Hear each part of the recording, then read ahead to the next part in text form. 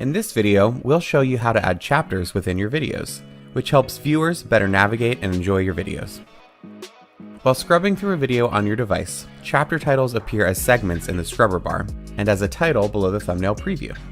This feature is automatically enabled when you add chapter information to your video's description. To get started, open your video's description to add a list of timestamps and titles. There must be at least 3 timestamps and titles in your list. The first timestamp must be marked as 0, and each chapter needs to be at least 10 seconds in length. Let's enter 0:00, hit the spacebar, then type in a chapter title. We encourage you to use shorter, descriptive chapter titles so that viewers can easily get an idea of what the chapter is about.